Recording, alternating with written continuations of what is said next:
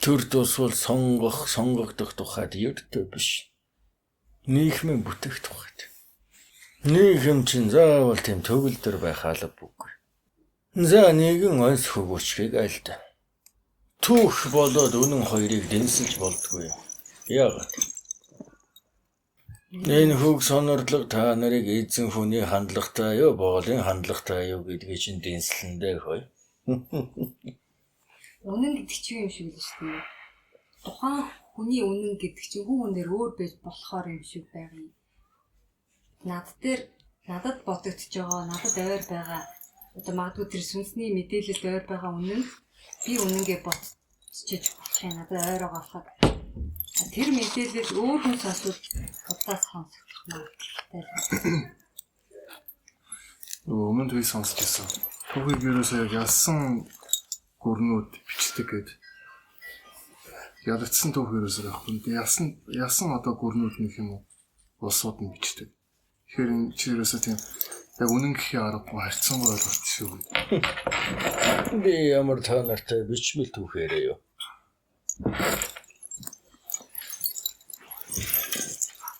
Яг үнэн гэвэл тэр юу л бах? Жам мамлах. Үнэн гэж юу вэ гэсэн үү? Үнэн түүх хоёрыг яагаад дэнсэж болдгоо вэ гэсэн үү?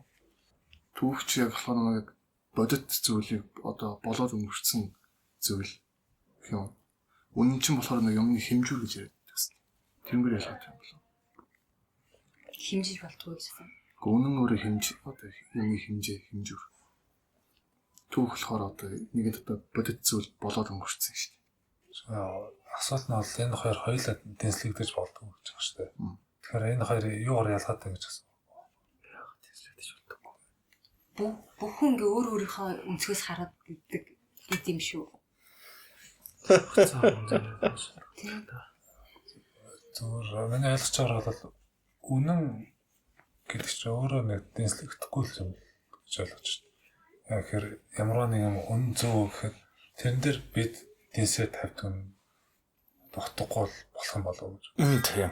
Тэгээд түүхч гэсэн болоод өнгөрцөн болохоор бид тэр дэнсээ тавьлаа. Түүхэнд хизээч ингэсэн бол тэгсэн бол ингэх байсан тэгэх байсан гэдэг.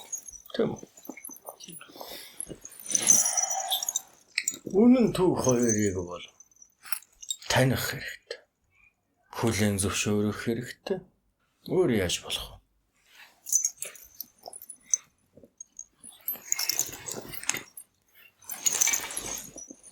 Үнэн худал хоёрыг бол дэнсэлж болно. Тийм үү? Энэ чинь хэдийнэ дэнслэгдээд үнэн байгаад байгаа байхгүй юу? Тийм биз? Дэнслэгдсэн зүйлийг дэнслэхгүй. Түүх гэдэг чинь тухайн орон зай цаг хугацаа. Бүтэц зүй тогтол нийлээд нөхцөл үүсээд тэр нөхцөлд үзүүлж туулсан хариу урвал. Нэхэр дэнслэх утгагүй зүйл байхгүй. Тийм үү? Тэгвэл энэ хүүг хандлага яагаад хүмүүний хүүг хандлагатай ижилвэж? Үнэн худал хоёрыг аль нь сайхан юм? Сайхан ч бодлоо л да. Гэтэ бас зарим хүмүүстэй бол үнэн сайхан багтал ба. Ямар мэдээлэл гэдгээс болох юм шүү. Зарим нь үнэн муухай биш. За муухай үнэн гэж ямар үнэн хэлэх юм? Зүгээр жишээлбэл хэрвээ би тархан байсан бол хүмүүс намайг хойд бүдүүнэ гэж бодох нь надад жоохон тавгүй л санагдах байх. Гэхдээ яг эрэг талаас харах юм бол алдаа дутагдлыг минь хэлээд өгч байгаа. Тэгээд тэн дээр засаж далруулах шулуухан хэлж байгаа болохоор надад бол нэг талаараа л аятай байх хэрэгтэй. Гэхдээ сэтгэл санаанд ерөөхдөө бол жоохон тавгүйгээр буух хандлагатай байгаа гэдэг. Тийм болохоор муухай хандлагатай.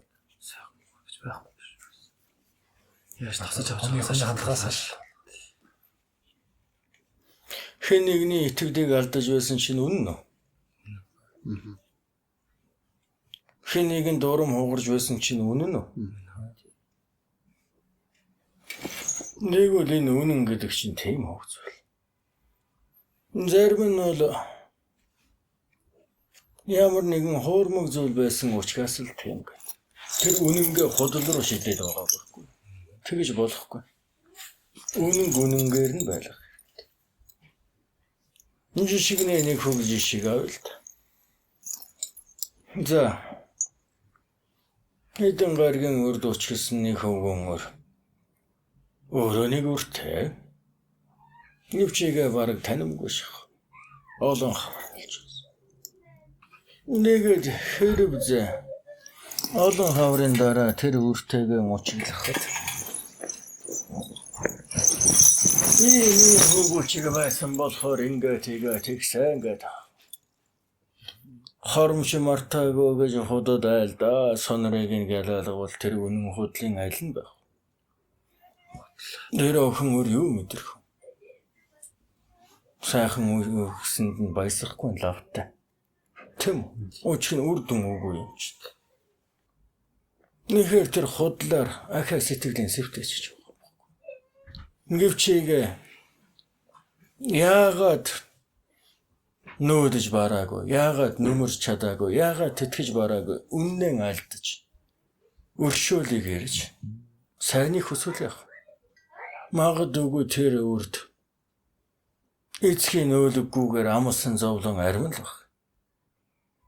Өгөөсөн өдрөд их л бах.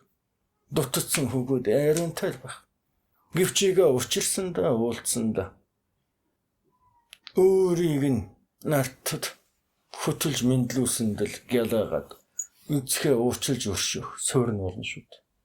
Худлыг айлдвал охин өөрийнхөө өршөөл хийж багтахгүй. Худал гэдэг зүйл бол юу ч авчирдаг. Дандаа хоосрлыг авчирдаг. Тийм үү? Үннээ өчөөд мадгаа хүлээн зөвшөөрөх бол амар биш. Гэхдээ өнөө өршөөх сэтгэл амрах сүнс ханах суурийг өгдөг үнэн гэдэг зүйл байна. Тийм байх нэ. Нэхэр алдсан бүхэн чинь үнэн. Тэр үнэнгээ дэнсэлхгүйгээр ингэсэн учраас би алдчихсан юмаа гэд худал руу шидэд байвал тэр алдаа дутагдал чинь чамаас арилахгүй. Ахаад унссан нүхэндээ унаж бүдэрсэн чулуундаа ахаад бүдрээд. Харин түүнийг хүлээн зөвшөөрөөд тэм түүнийг дэнслэхгүйгээр шүүхгүйгээр хүлээн зөвшөөр. Тань хүн өөрийнхөө алдааг таних гэж их уддаг. Урдаар танин таньсныхаа ард хүлээн зөвшөөр. Тэгэхэд л унсан нүхэндээ унахааргүй бүдэрсэн чулуундаа бүдэрхээргүй болдог байхгүй юу? Тэм ийм чинь юу хэлж өнөө сүнс чинь нэг туяа нэмж байна шүү дээ. Илүү цааш байх нь тийм. Дэгвэл түүх гэдэг чинь бас яг ажил. Дэнсэлдэггүй. Таних ёстой. Таньсныг хүлээн зөвшөөр. Хүлээн зөвшөөрсөн цагт түүнээс юуг сурч алдаа мадгийг нь хориглож оноо гавшхааг нь бүхлэн. Тэр л хөгзөл энэ цагийн чинь бодлого болох байхгүй. Тэм. Энэ бол өнөө хүмүүн өөртөө тулнаа гэдэг айлдаад байдаг. Өөрийгөө давах тухайд. Өөрийгөө хүчрхэгжүүлэх тухайд. Тэм. Энэ чинь сэтгэлийнхаа гүнд байгаа айдсан. Өөрөө нөөрлөдөг тухайд байхгүй. Түүн төрөх ганцхан зам бол өөрийнхөө үннийг хүлээн зөвшөөрөх. Өөр юу ч биш. Түмэнтэй засал хийлгээд. Бомонтэй бясалгаад. Аривантай суралцаад үннээ хүлээн зөвшөөрч чадахгүй бол хэзээ ч өөртөө нөөрлөдөж барахгүй. Дөхөн ноч нь харан тэмтэрнэ. Сэтгэлийнхаа гүн харанхууруу нэг үнэн өөрийгөө толон хаданд харна. Гэхдээ тэр толон хатыг нэвтэлж барахгүй гэсэн. Нэхэр үнэн гэдэг хөгжил бол юм. Монголын төрт ёсонд олон алдаа дутагдал мадгүй байна. Тэд үнэн. Гэхдээ гавшха гавь оноо хавгүй их тэр бас үнэ. Тэм. Түүний тосож явахад суралцах нь чухал байхгүй. Нэхгүй тэр хаан тэгэж алдаж энэ хатан тэгэж мунхагдаж гээд. Занозэр бошигт хоёр дайтаагүй бол манжиг бараг эзлэх байлаа гэж. Гү тийм худлаар явахад. Монгол төмөн халах хордоор эргэний дажин өрнөсөн үн. Түүнийг дэнсэлгүйгээр тусч. Ойр төмнийг муулж, халах төмнийг өргөж биш. Халахын ойдыг цөхөж, ойрдын жанжтыг дүүлгэж биш. Дэнсэлгүйгээр хүлээж авна гэдэг чинь. Тэр нь зөв, энэ нь буруу. Ингэх байсан, тэгэх байсан гэж биш. Тэр олны сэтгэлийн танихд байхгүй. Үйлцэн үйл хэрэгт нь биш. Тэр цаг үеийг, тэр шийдлийг, тэр нийгмийг, тэр засгийг, тэр төрийг туулж өнгөрүүлж хуваалцахдаа ямар сэтгэлтэй байсан. Юу зорьсон бол, юунд шаналсан бол, юунд багтсан бол. Үг үйлдэлийн биш. Тэр сэтгэлийг таних цагт наа нарын өнөө хөвд алдуухансарт тэндээс олох зүйлээ олж ирсэн. Нэхэр төрөө магна яагаад ил зүйлийг айлдаад. Монгол төмөн олон том удаа төр тусаа босгож ирсэн. Нэхэр ясан чин цусан чин далд ухамсар чин төр усаа босгож байгуулалцах. Тэр сэтгэл нь, тэр хандлага нь бие засчихсан хөг нь, бүлээн засчихсан ив нь, төрөө засчихсан багтал нь байгаа байхгүй. Тэрийг ирж хайж олж сурдаг юм биш. Сэрээдэг шид байхгүй. Жишгийнэ төртхөг учиг үлэнд 9 шидэн бүлгсэн төрийн төшөөний нэг бод. Тэгвэл ихний мөрөн горон шидэ яах нь. Тэр өөрийнх нь мэдлэг нь чадамж нь тийм үү. За тэр засаглахын хөг зүйл өөр юу байд. Ирж мэдж сурч болох хөг зүйлүүд. Ингээд горон шидэн магадгүй. Айдаж хөөрөх. Илтгэх ур чадвар юм уу? Тийм үү? Гадаад хэлч юм те. Наа Монголын төрийг барихад хайр хэлээрч яах вэ? Монгол төмнэн дагуулахын тулд хайр хэлээр яах юм. Та нар үнцэнтэй бол та нар хайр хэлийг эзэмсэж сурна гэдэг бол тийм хүнд бэрхшээл зүйл өртөө биш. Эд хөгөөчиг бол хэрэглээ болохоос биш чадамж өөр биш. Ямар мөн чанарыг тээж ямар алсын хөг хараатай байж юуг зөөрөж юу хийх гэж байгаа нь чадамж болохоос биш. Монголын ноёр тэгээд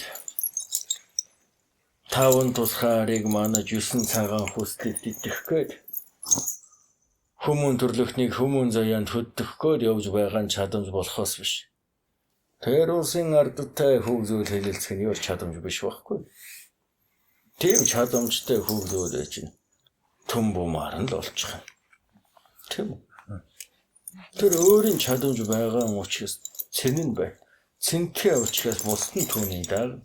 Бусд нь түүнтэй харилцахыг хүснэ. Бусдад үн цэнийг өгч чадаж байна шүү дээ. Тийм үү? Бусдын ахуйг тэгшилж барж байгаа ноён байхад тэр ноёнтой харилцахын тулд ноёны хэлийг сурна уу? Тийм биз?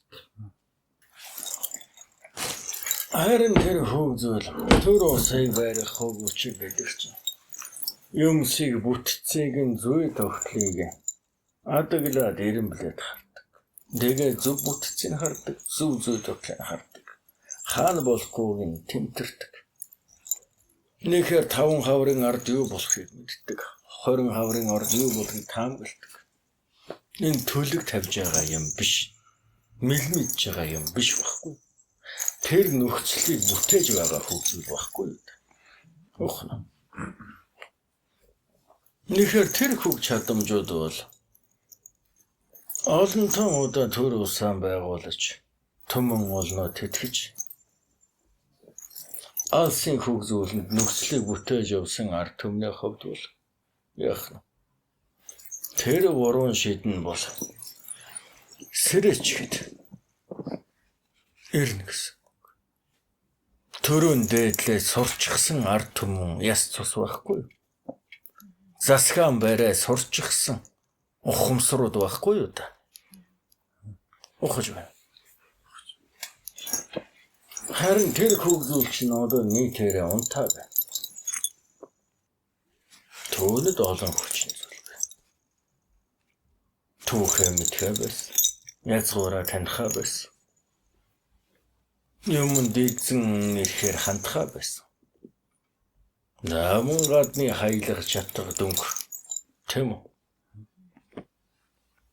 Олон хүчин зүйл байх юм шүү дээ. Соёл нэгний номдос олон хүчин зүйл. Нэхэр ил хөгзүүлүүд дас сэрийнх нь нөгөө уран шидэн олох хөгзүүл байх.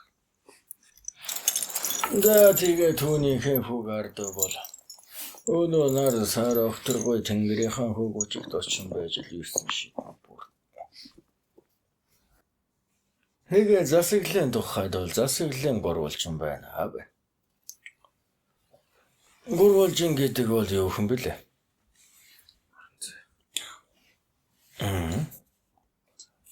Орон зай үүсэх хамгийн бага нэгж байхгүй. Гурвалхгүй бол орон зай үүсэхгүй тийм үү? Дангаар бол байхгүй. Хосол бол суурь болохоос биш. Орон зай биш. Тийм биз? Нэхэр орон зай хөгч. Энэ орон зай бий болдог учраас нийгэм гэдэг чинь бас өөрөө орон зай. Нэг засаглал гэдэг бол ердөө харилцааны хөгжил. Энэ мэдээллийн харилцаа байхгүй. Хаантайгаа бүгд нэг мэдээлэлтэй байвал хаан засаглаж барах уу?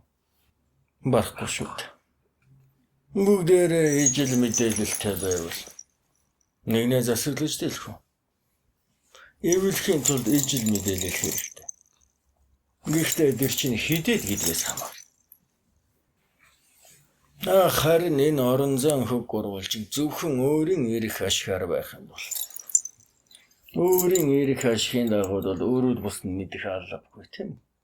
Тэгээд л түүнийг мэдээл болоод ингэх юм бол тийм өчүүхэн зүйлээс суйрлуугаа явж байгаа учраас тэр бол боолчлол болоод л дуусна. Тийм биз? Харин Монголын хаада бол мөнх хөх тэнгэрээс одод мөчид наран саран хөгөч. Тэр оршихуунаас хөг мэдээлэл авч байгаа учраас аль тэнгэрийн ивэл аль тэ оддын химэн хөгөлхийг мэдэж байгаа учраас засгаан арда түүнд цэхэж бэлтгэж бартдаг байхгүй. Ингээд төр гэдэг чинь яагаад та нарын хөг орон зайд биш. Өөрөө л орон зайд байгаад байна гэхээр тэр өндөрлөгөөс төр бий болон байж л яадаг байна. Тэр орон зайн гурвалжингийн суурьнд очиход хүмүүн болгоны 5 тусгаар нь манагдаж 9 цагаан хүслэн дэлгэрч сүнсэн гэгэрч тэнүүн жаргалтай аж төрөх орон зай түнд байх. Харахад бол ижил гурвалжин байж мэднэ. Юу руу тэмүүлж төрийг бий болгож байгаагаас шалтгаалж ийм болох нь. Нэхэр өнөө нартын төрөө дүүний яаг явал Монголын төр бол энэ Монголын ахуй амьдрал хөгжүүлэх манайхан төрийн нэг үйл болохоос биш эрхэм орой дээд зорилго нь ердөө биш. Монголын төр бол энэ хүмүүн төрлөختөн эзэн эрхтэн хөтлөх хөгжил. Түүнээс л эхлэн байна. Тэгвэл хүмүүн төрлөختөн эзэн эрхээ эдлэнэ гэдэг чинь эзэн хүний хандлагатай байх. Тэгэж үзээгүй юм чинь тэдний далд ухамсар сэрхүүд байхгүй. Байхгүй юм чинь яавал тэр далд ухамсарт нь тэрийг суулгаж өгөх юм. Ил ухамсарт нь мэдүүлж түүнийг өссөн үеэр нь дагуулan байж тэр удмынхан далд ухамсарт тэр сая хоногшиж ирсэн. Нэгэр түүнийг нь яах юм? Монголын ахуй, Монголын засаглал, Монголын ардын хөг ивэн адаглаад өссөн үеэр нь үргэрлэж ишиглэж төр тусаа. Матамдуулах хэрэгтэй. За натантай ч нэг л яах вэ нэг бодол бууж өгөхгүй. Яагаад гэхээр жишээлбэл өнөөдөр өөр төрөл жишээ авчаа. Би онгодтэй та нарын яриаг сонсоод энэ их хэрэгтэй мэдээлэл байна. Их олон том төгөл их хэрэгтэй тэ олон хүмүүс нэг ойлгох тусам гэдэг нэг тэр яг сэрээд хамтдаа үйлхийгээд явхад бидний л ач тустай байна гэж ойлгоод чимээдээ тэгж бодоод итгээд энэ судар номоо ингээд олон түмд ингээд ойлгох гал яваад байна. Таны ярьж байгаа бол монголчуудад энэ мэдээлэл ухамсарт нь бол байх хэрэгтэй гэж байна шүү дээ. Тэгэхэд бид өнөөдөр ингээд очиад тэр ном судрын талаар ярихад хүмүүс ойшоохгүй, ойлгохгүй, цааш нь төлөх ч юм уу те үл хамсар хандлагатай байхад бид хүмүүс нь эзэн ингэрхийн талаар ингээд тэр ухамсарт нь байхгүй тэр мэдээллийг нь ажил ингээд заагж өгч ийна гэдэгт нь бол арай тийм хитийн болоод байгаа байхгүй. Тэгэхээр ядаж л ихний ээлжинд яаж энэ сударт байгаа агуулгыг хүмүүс ойлголоод хүмүүс сэрэх вэ гэдэг нь ихний тийм одоо шалгуур болох гэдэг шүү дээ. Хэрэв энийгээ давчих юм бол цааш тийм бол арай ойлгомжтой байх болоо. Наадах чинь бол чиний айлдж байгаа зүйл гихтэй байна да. Та нар нөхцөлөө бий болгоход оролцоогүй байсан учраас цаг хугацаа чинь та нарыг хүлээхгүй байна. Бие засчаад гэрээ засгаад юм шүү дээ чи. Тэм үү?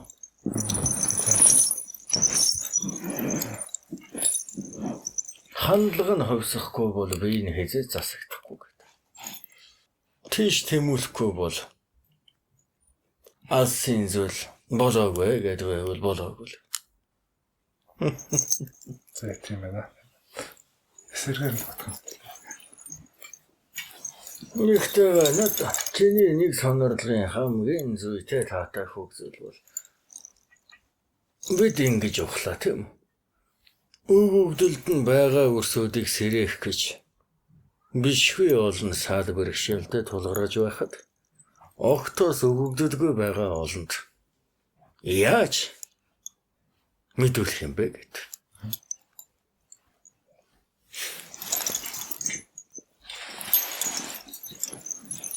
Наадах чинь тэгээд сэтгэлийн нийзэмдэн байж л бидэн суулгадаг зүйл байхгүй.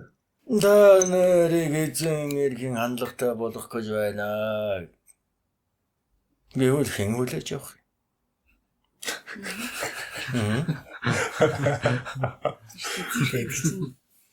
Юу сайн юу сонсоход байгаа сте.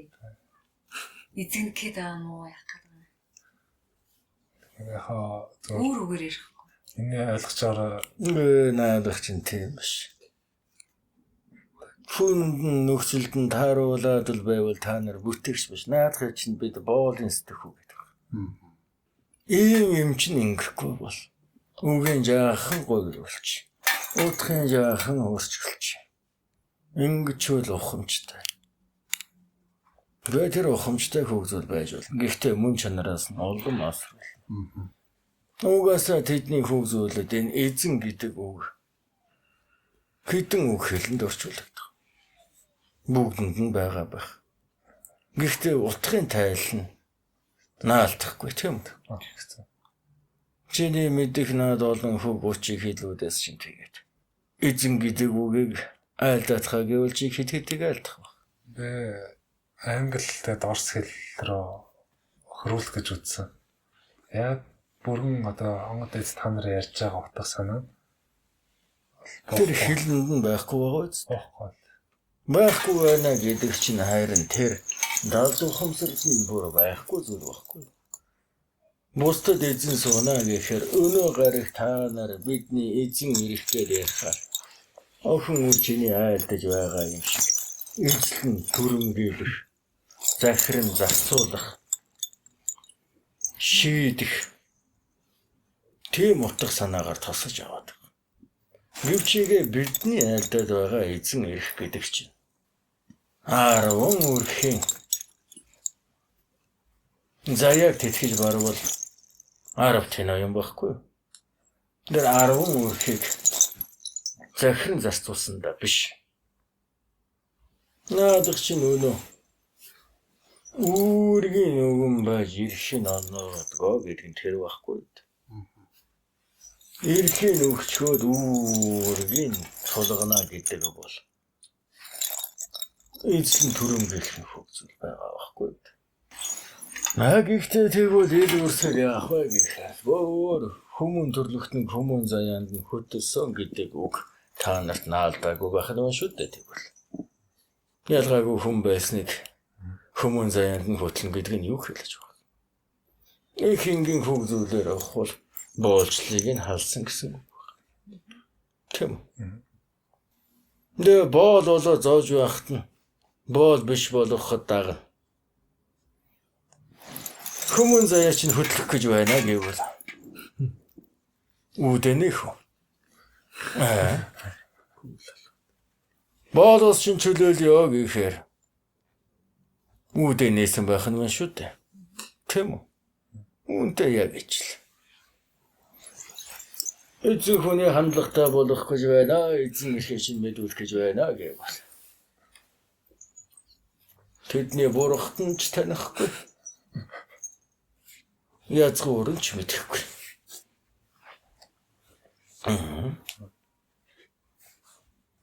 Нэхэр яах нь? Үүд хаалгыг нь яаж тогших нь? Тэгэхээр чинь л ингээл ойлгох үгээр нь хэлэхээс өөр арга болж юм шүү. Хүлээж авах үгээр нь ч юм уу. Тэд чинь өөрөө тэмүүлээд байгаа. Тэр сүнснүүд нь тэмүүлээд байгаа байхгүй юу? Сэтгэлийн амар амгалан хайгаад байна. Хизээж бусдыг боолчлоод ирэхээ нэмэгдүүлээд идээ нэмэгдүүлээд сэтгэл нь амгахгүй байна шүү. Тийм үү? Баялагтай болох тусам хоосорч байна. Мэдлэлтэй болох тусам ганцаардаж байна. Тийм үү? Алдарших тусам ганцаардаад. Энэ хэмээр дутаад байна шүү. Гэтэл сүнс нь юу руу тэмүүлээд? Мөнх амгалан. Мөнхийн хүсэл рүү, энэ амгалан руу, эзэн ирэх рүү. Бид нийгмийн хөгжил энэ 9 цагаан хүсэл рүү зөвхөн монголчууд тэмүүлдэг юм биш. Энэ чинь өөрөө сүнсний тэмүүлэл мөн баггүй. Нэхэр тэдний сүнс 9 цагаан хүсэл рүү тэмүүлэх гэдэг.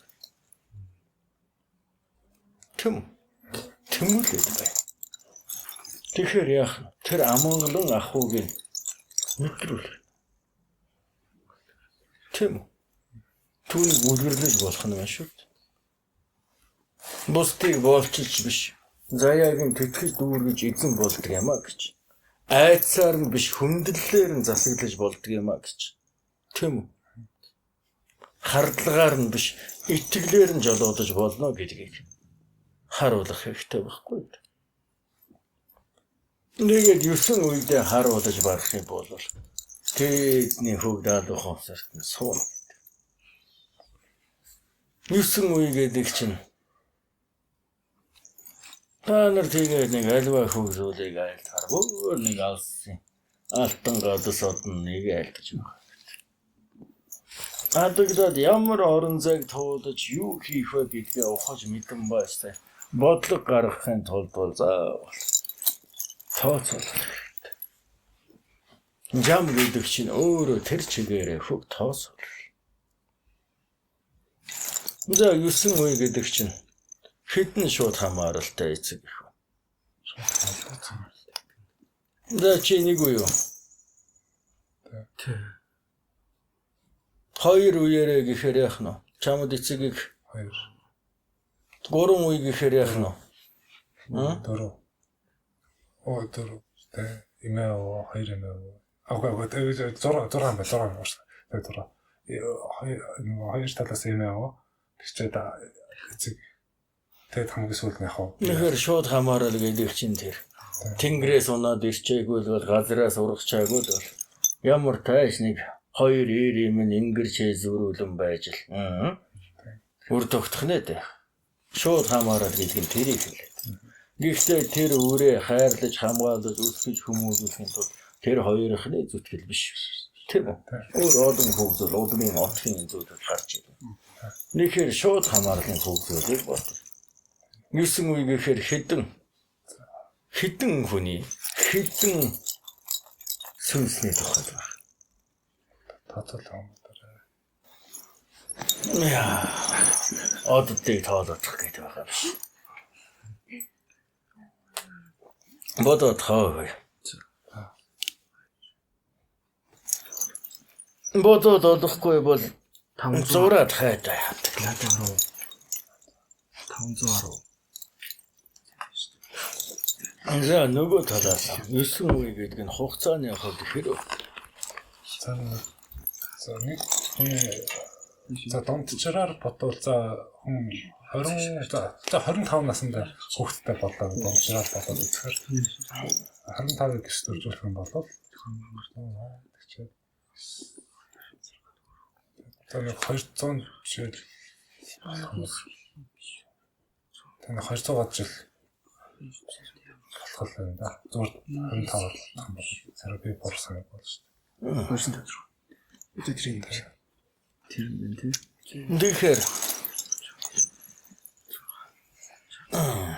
одоо ил хөвзөл нь юу байлдах гэдэг вэ? 510.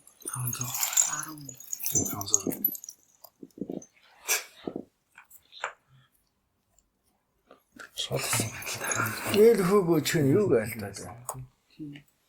За юу тааш та нар.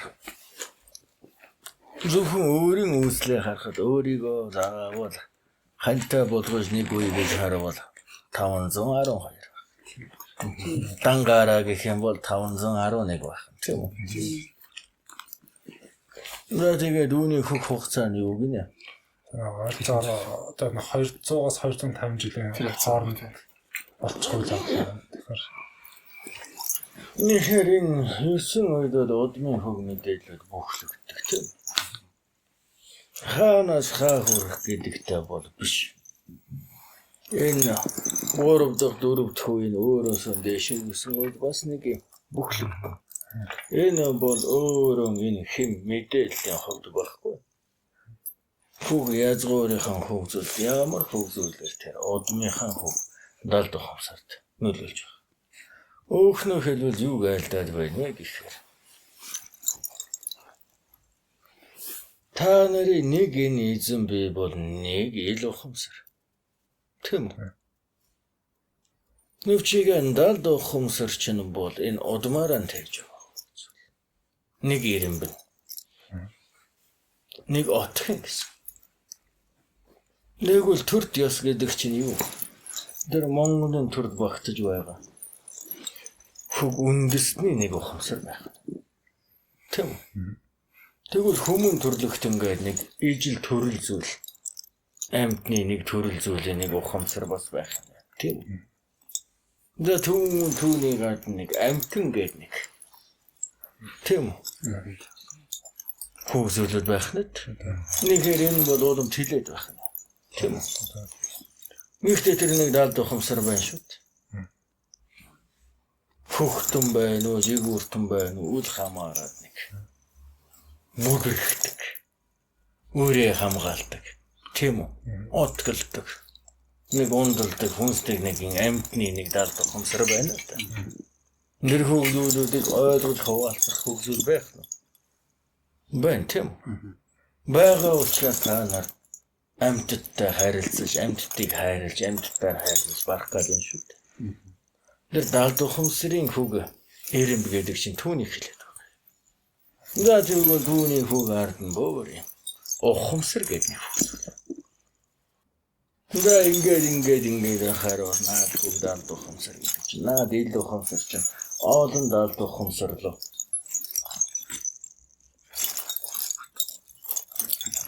өргөл хөг зүйлээ өгөж тосож авч болдог зүйл байх нэ дээ. Ээл ухамсартаа таних мэдээ сурж байгаа хөг зүйл чинь. Тэр далд ухамсарыг сүнс сэрнэ гэдэг байгаа чинь. Ухамсар сэрнэ гэдэг байгаа чинь юу хэлээд байна? Ээл далд ухамсрууд руу нэвтэрхийг хэлж байгаа байхгүй. Нэвтрээд энэ дотор чинь зөндөө энэ бол мэдээллийн сан болохоос биш. Дандаа сайн сайхан зүйл биш. Удамч айцуд байгаа. Хорслууд байгаа. Гүнгүүд бий. Гэхдээ багтлууд, энэрлүүд хөвлөлүүд бий. Энэ 9 үеийн шууд хамаарлыг л хөглөөд ажихад үнчин өрөөсөнгүүд нь байж л байх. Тийм. Гэвчээгээ дийлэн хөг олон бол энэ амьдралын төлөө тэмцсэн. Бүлэ болсон. Үрсээ хайрлаж өсгөж хамгаалсан. Байх юм шүү дээ. Тийм биз? Нэг одны хөвгөл, нэг 9 үеийн удмын мэдээллийн санг авахд яах вэ? Үйлдэлийн хайгаад эцэг өвгөн гээд наад 9 үеэс чинь хэдэн зууны алийг нь эцэг өвгдөөгээд алийг нь биш. Хинийх нь тууллыг нь чухал гээд хэнийг нь чухал биш гэх. Тийм үгүй. Хааханта заримтаа нэг нь манай онгод хэм бэ? Хэдийд мэндэлж байваа, хэдийд аж төрж байваа. Эл болгоны хөг ухамсар хөг туулдаг. Айлыг нь дээднэ гээд айлыг нь доодно. Шууд хамаарал гэдэг чинь энэ 510 нэг нь л үгүй байх юм бол та нар байхгүй байх нь шүү дээ. Тийм үү? Тийм биз дээ. Нэвчээгээ эд чинь нэг ямар хөгзөлийг туулсан байна гэвэл 200 хэдэн хавар гэхээр өнөө гаргаас 200 хэдэн хаварыг буцаад хүмүүн төрлөختөн ямар зүйлийг туулж байна. Үйлдвэрлэлийн 90 зуунуудаа дараа нь 2 дэлхийн даныг туулсан байна. Манай монголчууд бол яхаа монголчууд бол эхний эжент бол манжин талд байж байгаа дараа нь тусаар талд нь лоосон байна. Социализм гэх тэр үндэс сурталыг дэмжиж явсан. Тэгээд арчил бий байна. Нэхэр энэ 9 үеийн хөг удмын мэдээллээс хөгжүүл тосол яах вэ? Хүмүүн төрлөختөн өөрөө нэг олноороо энэ хөгжүүлнэ чинь. Тийм амар амгалан үеийг туулаагүй байхгүй юу? Тийм үү? Нанда тэмцэл, өрсөлдөөн, боолчлол, дарангууллыг туулж ирсэн. Тийм үү? Инхээр энэ нөгөө удмын сангийн хөг мэдээлэл чинь айцуд ихтэй байхгүй юу? Хар хэмүүд ихтэй гэсэн. Мохонсорлож аваад. Нэхэр энэ мянганы зааганд хөгөлж мэндэлж байгаа та нар адаглаад энэ 9 үеийнхаа тийм үү? Энэ сүнсний гэмтлүүдийг, энэ хэмийн бохирдлыг, энэ сүнсний хөр ханамжийг засах эрхэн үүргэн байна гэсэн үг. Уучлах, өршөх. Тэр хүнээс гарч болох хүний сүнсний тэмүүлж байгаа тэр гэгээлэг зүйлүүдийг бий болгож барна гэсэн үг байхгүй юу? Тийм бахнат. Үүнийг хөглөөд ухамсарлаг бол.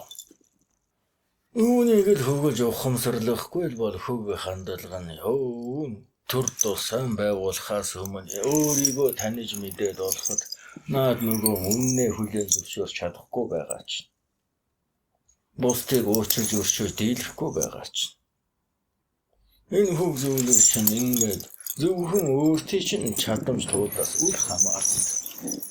Энэ хүмүүн төрлөختний хөг ухамсарт нэг тийм хөвгөл байгаа юм. Бүгд идрөө шунхаарсан байх. Хөг өчгөд байна, тийм үү? Нүргэл бүртээсэн хөг зүйлүүд байна. Энд бол нэвчээгээ энэ хөг туулалд өөр удаман үлдээж тэмцэл хөвд ажинд хичнээн өвчин зовлон тархал болов. Хичнээн дажин тулаан болов. Тийм үү? Хэдэнтэй төр туссан мэн дэвдэв.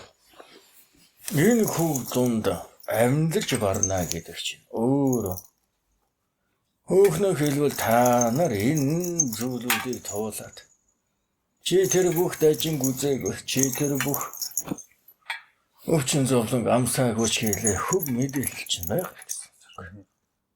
Нэхэр ингээд хорвоод мэндэлсэн хөг зүйл чинь оршихосоо илүү оршихгүй байх боломж нь хайргүй их байхгүй. Тийм. Оршиж байгаа хөг зүйл чинь ганцхан өөр үгүй бол байхгүй шүү дээ. Тийм биз? Нэхэр энэ оршиж мэндэлж байгаа чинь өөрөө хайхам шиг байхгүй. Ингээд ухаарахаар тэгээд аль нь миний онгод вэ? Аль нь миний өвөгдөөц вэ? Хэн гэдгийг юу хийж байсан юм? Туулын хайвал төр. Алдрын хайвал төр. Үгийн нэрвэл бүр алсар.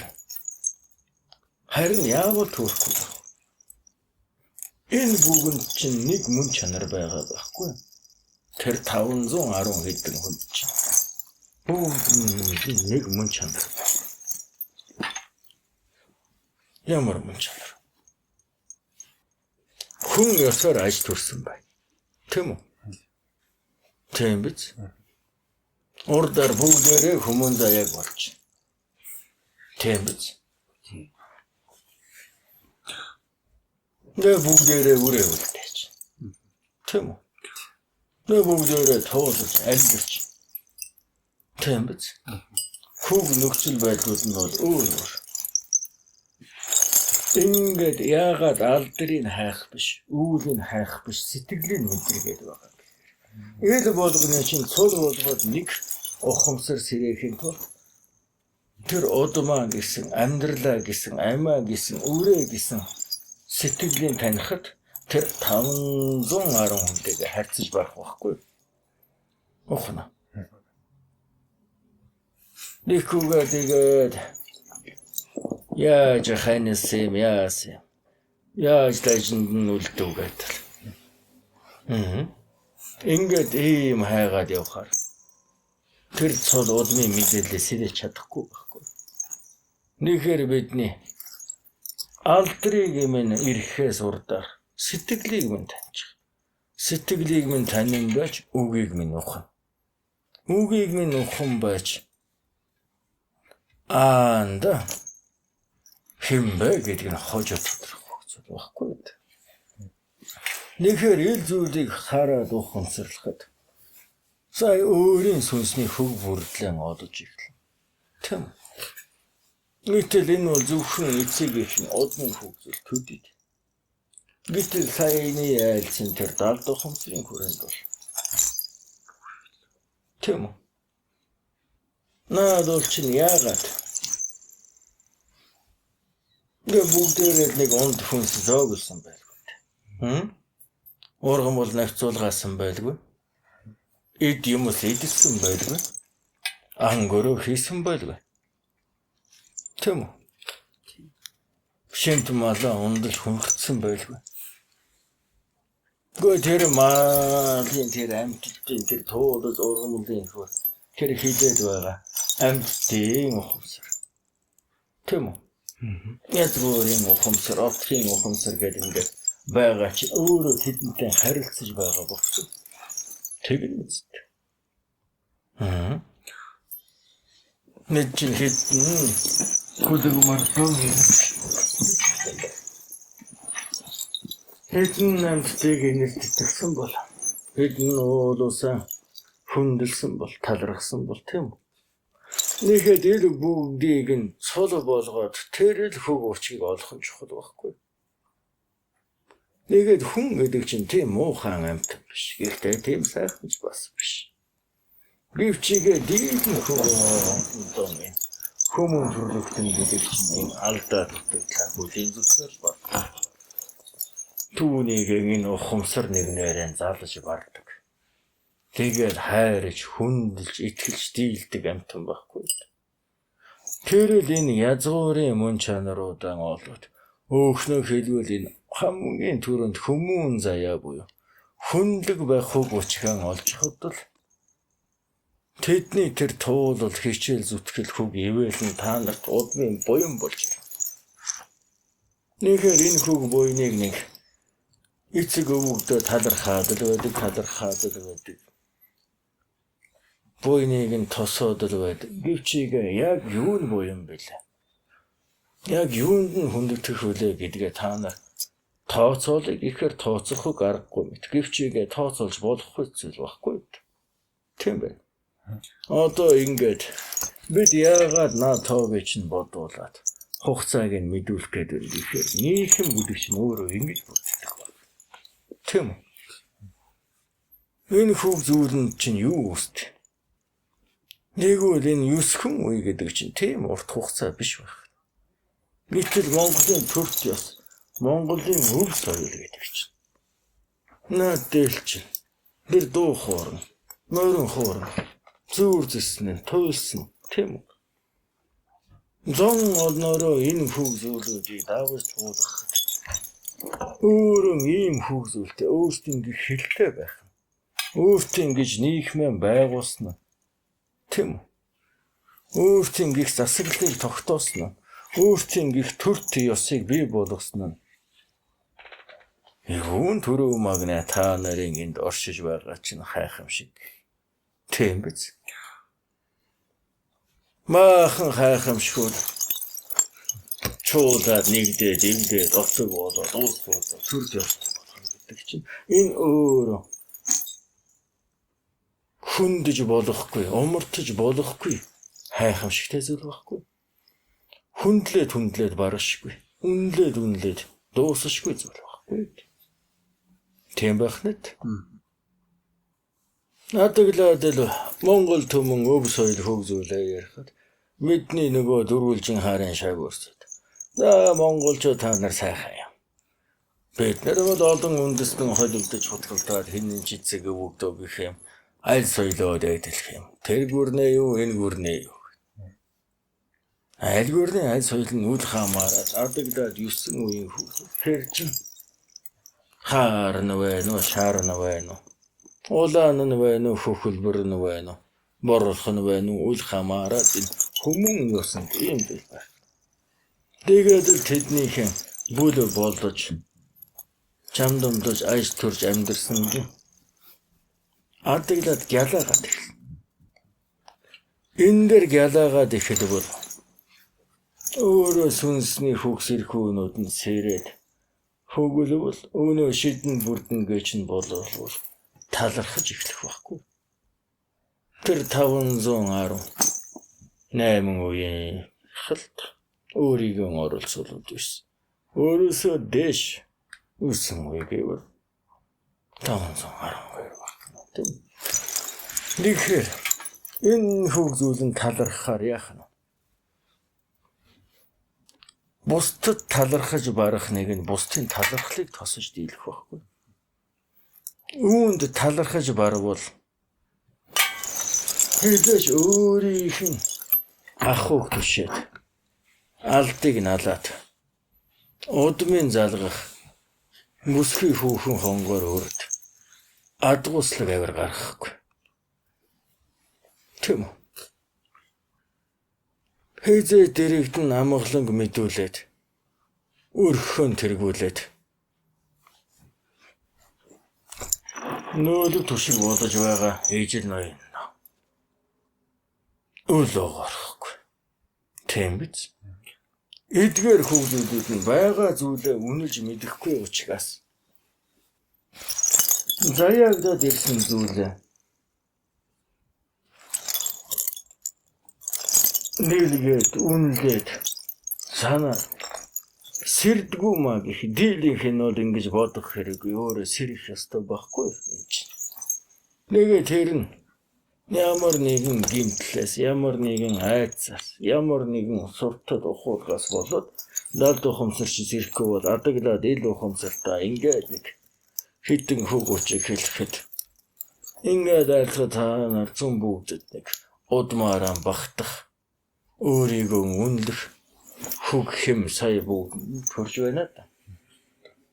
Адаглаад үүрэг гэдэг хөгжүүл чинь нэрээ юу хүн бэлээ гэдэг хөгжүүл. Мэдэхгүй биш мэдэж байсан. Тэм айлдахгүй биш айлдаж байсан. Нэг эргэцүүлээгүй биш эргэцүүлж байсан. Гэвчигээ ингээд харахаар яаж вэ? Нэг өөр хэм өөр мэдрэмж төрж байна да. Яг наад хөг мэдрэмж чинь ухамсар сэрнэ гэдэг байгаа байхгүй. Энд чинь яаж вэ? Тэдний тухай энэ ил ухамсартай хараад, бодоод, тунгаагаад тэгээд хэдий орон зайны гэдгийг харчхаар энэ ил ухамсар чинь оч хаяхад тэнд оч тодорч байна. Хэмээн. Нэхэр тэнд энд хоёр оч ингэнэ гэдэг нь адаглаад тэдний чинь хөг цуулал зүйлсүүд эргээд бодоход туулахад өөртөө чинь зан чанарт бодох хөг зүйл нь чинь нөгөө гурван шидээ бүрдүүлэх хөг зүйл чинь дөхөн болоод эхэлж байгаа байхгүй. Нэхэр энэ бол нэгэн талаасаа айлтгал мэд боловч өнөөтэй талаасаа энэ бол далд ухамсрын чинь сэрэж байгаа засал хөгжил бас болчихж байна. Нэхэр энд бол холбоос буюу харилцаа үүсэж байна. Тэм. Нэхэр ил хөгжүүлээ. Хөглөө дандал бол ууламал тэр хөг харилцаа хүндэрсэн гэсэн. Нэгэ тэднийг хайрлах, хүндэтгэх наа чинь одоо бол хөг төрж байгаа. Хөг төдий зүйл байхгүй. Нэхэр эрчим хэмээн хөвд. Тийм хүчтэй хөгжил биш. Наадах чинь харин талархал болоод, хүндлэл болоод, инрэл болоод өшөө өндөр эрчим хүмүүдэг ухамсараараа илгээж барвал тэр хэмээн дагуу ивэл хөг нөөлөг тосно. Нөгөө удмынхаа буйныг тосно гэдэг. Нэгтэй түүний дэргэд тэдний хөг айдас хөг учиг юмнуудыг бас засах боломжтой. Түрүүний яг л жишээ шиг. Тойргийн жишээ шиг шүү. Тэр хөгжүүлэн чи энэ цаг үед илүү олны итгэлийг хүндлэлийг хайрыг дааж илүү олныг уучлж өршөөж нийгмийн тэтгэж хөгж барвал тэд нийгэндээ гоморгосон. Тэд туулсан хөгж овонд.